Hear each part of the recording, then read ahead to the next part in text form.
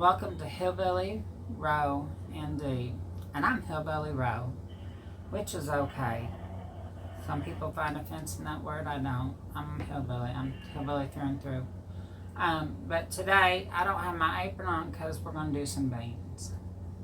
Now, when I do my beans, I buy them like everybody else at the grocery store and get them in a package like this, or a package like this, or even packages like this. We get all kinds of packages from the grocery store of beans. Now, when I buy my beans, I go through them, because you're going to find some little rocks or some bad beans already in your package. Sometimes you find dirt. Well, in my family, we always pre-soak our beans. We wash them and then we soak them for about 24 hours.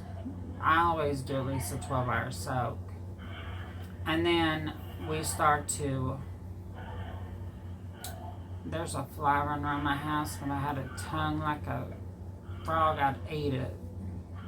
When I do my beans, I always soak them. Whether I'm using hog jaw or fatback or pig feet, it doesn't matter what I'm using to cook my beans in.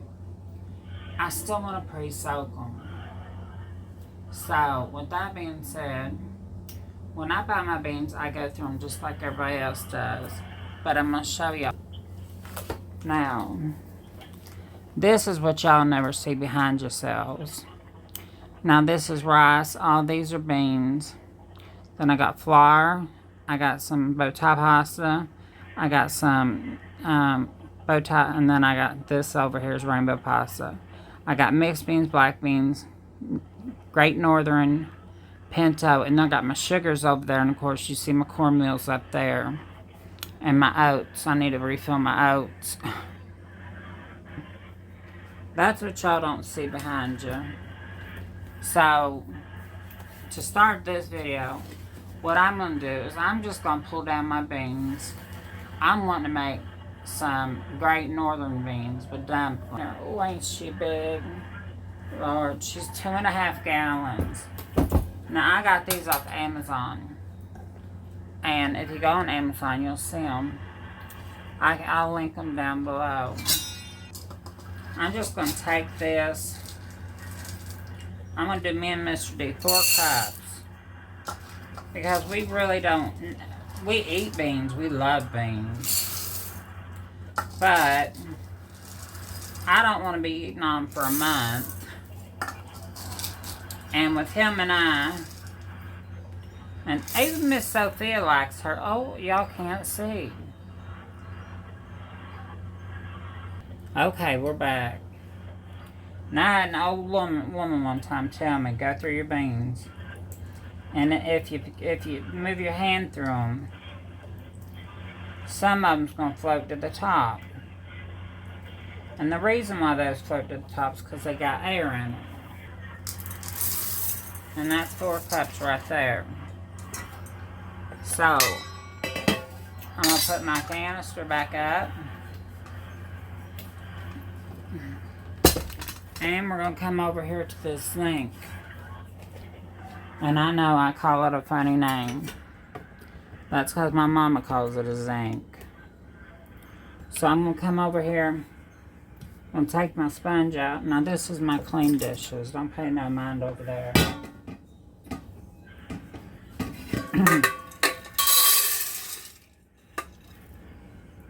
So 4 cups of beans makes a heaping load of beans. So I'm just going to go through here and I'm going to rinse these. You want to rinse your beans really good because they come from factories and you don't know what went on them or anything like that.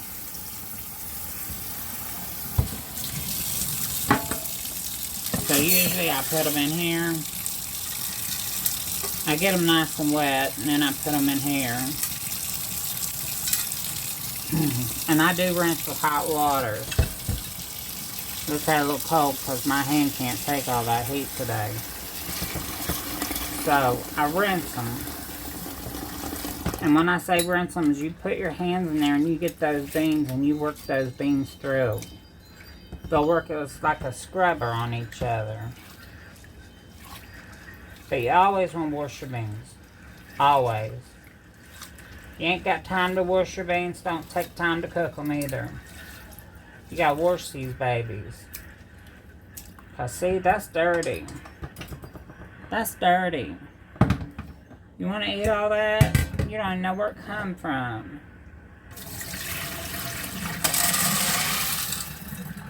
So I do this 3 times. I'm not gonna make y'all watch me painstakingly wash my beans 3 times. So I'll put you on hold, honey. Now I want y'all to look. Like this is the 2nd time I washed them.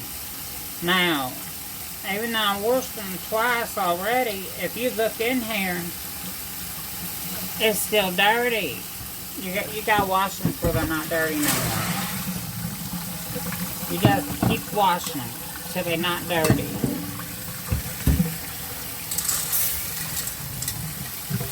And that's what we do here. Now as you see, the water's clear. It's clear, so they've been washed real good. But we're still going to do this final rinse.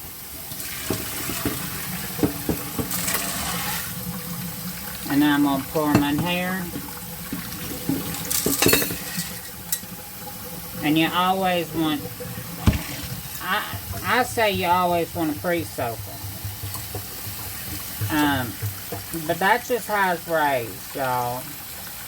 I mean, I've probably been eating beans since I was knee-high to the grasshoppers. But I can't say, oh.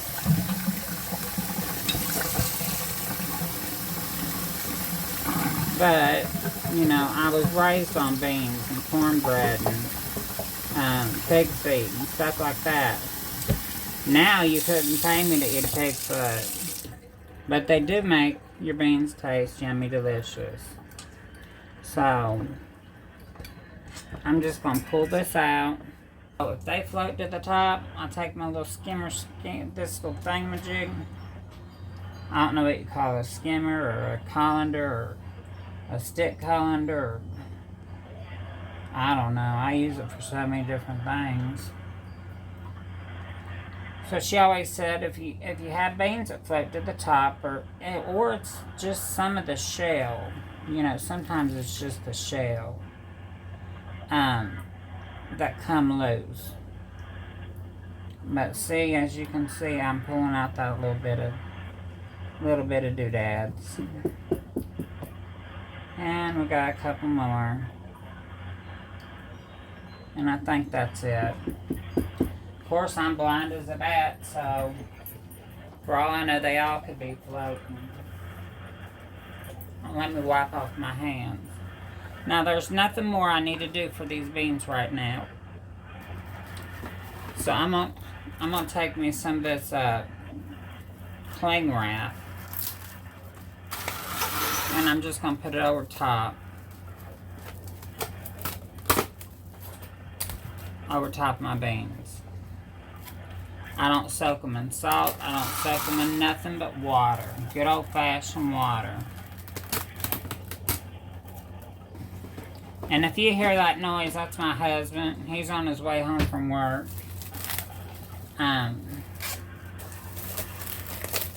So, see, I'm just going to do that. Make it tight. And these beans will be ready to be put in the pot at 8 o'clock in the morning. 7:38. I always cook them on low and slow. But tomorrow we will be making beans and dumpling and some homemade fried cornbread. Now I like fried cornbread. Some people's like, well, it's not the same as cornbread. You're right, it's not. Cornbread is put into an oven, and fried cornbread you do it on top. I like each part of my cornbread to have that little crunch, like you would anything else. But that will be done tomorrow in another video. And in the morning, we're going to wake up, and these beans will be ready, and I will show you what they look like after they've soaked for 24 hours.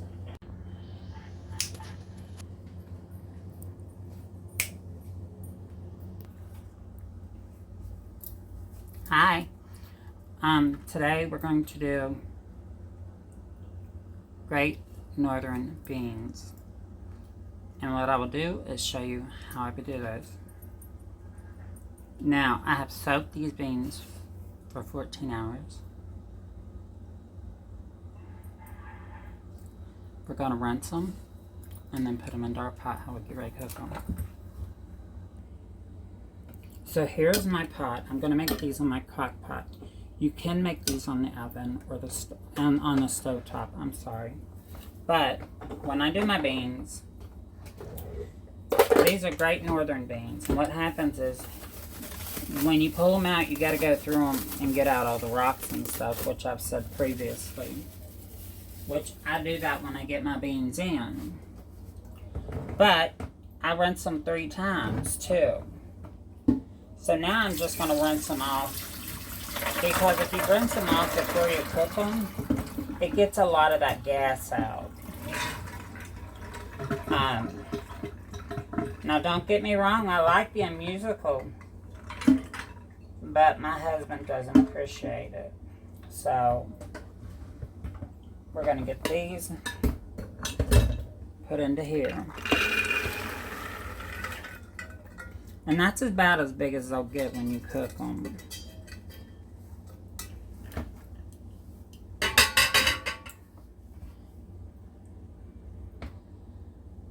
Okay, to start off, I'm going to put these beans this way because I have to have a little brown. We're going to put these on medium. And we're going to cook those for about 5 hours.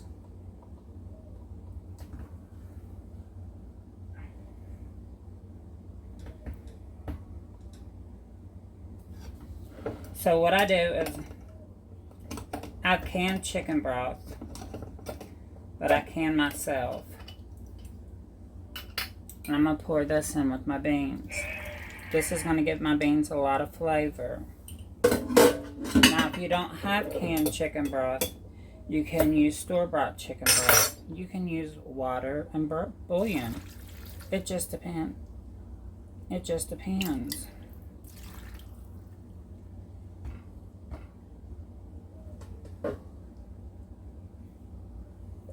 I'm smelling because I want to, you got to make sure it still smells good.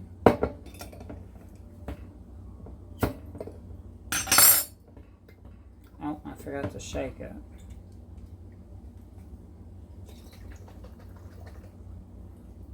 Because I do season my chicken broth. And that's almost got her filled up. Let me throw away these lids because I do not reuse lids. I'm not a rebel canner. I'm very particular when it comes to canning. I do go by the rules that my grandma went by. So this is what it will look like. So then what I'm going to do is I'm going to take some water out of my filtration system.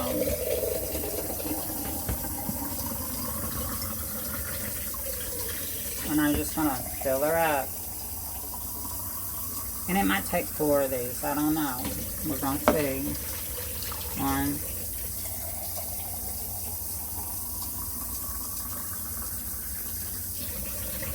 Over here, I have some cut up chicken. As y'all seen that I did it. But I did a quick video on that. So I'm going to put this in here with this. This will also season my beans. But my husband likes meat. So we only eat chicken or fish Monday through Friday. On weekends, he has beef or pork or whatever he's making that day. So we're going to put that in there. just like that. And you're going to want to mix your beans to make sure all that goodness broth gets down there. But also this chicken in itself is going to help put more broth into your stew. Or into your beans, I'm sorry. Okay, to season my beans, I use garlic powder, which this is about a tablespoon.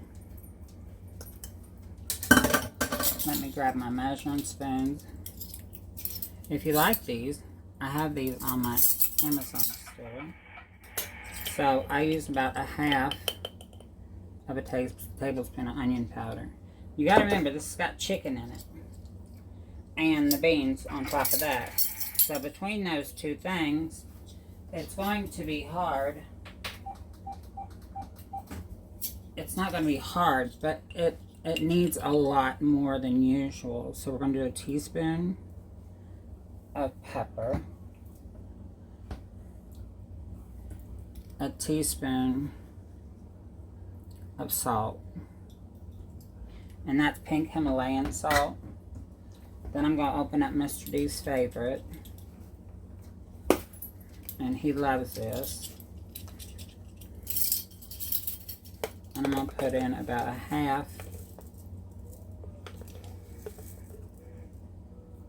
of red pepper flakes. So that is what I season my beans with. You want to go in here and give this a good mix. I will add some minced onions to it. And I probably will add some more flavoring as I go. And that's why I like cooking in my crock pot. Because in my crock pot, I can taste as I go.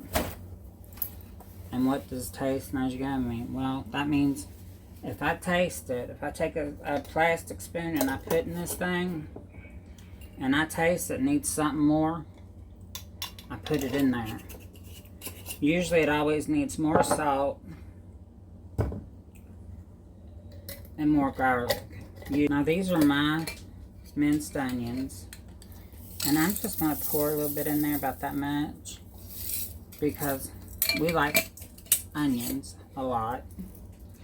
Not a little a lot. We like onions a lot. Matter of fact, when Mr. D eats this, he'll probably cut up an onion into fours and take that apart, and he uses what he calls an onion spoon to eat these with. Now, that is all I do. Now, I do rinse that, wash that. I wash everything back down because I had raw meat out here, y'all. So I'm going to put this, and I'm going to lock it. And people, they'll tell you don't lock this. This has an air hole here. So if you lock it down, it still escapes. It'd be different if it didn't have an escape valve, but it does. So I'll bring y'all back when it's done or when I'm adding more. Hey y'all, so we're back. Dinner is being served. And we have our beans and our cornbread. So the cornbread, I put it on one plate and we share.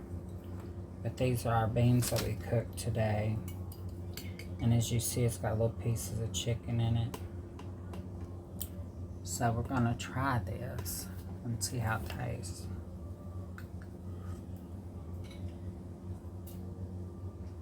It tastes hot. Good. Not hot, spicy, but ooh, burn my tongue. Yeah. It's delicious. Got a good crunch on it. Mm-hmm. Mmm. Make my dentures slip. Well, we have a video coming out about the cornbread and how we made it. Well, I made it. He was at work. But, we're going to get off here and eat us some supper. Because we're hungry and we go to bed early at 8:30.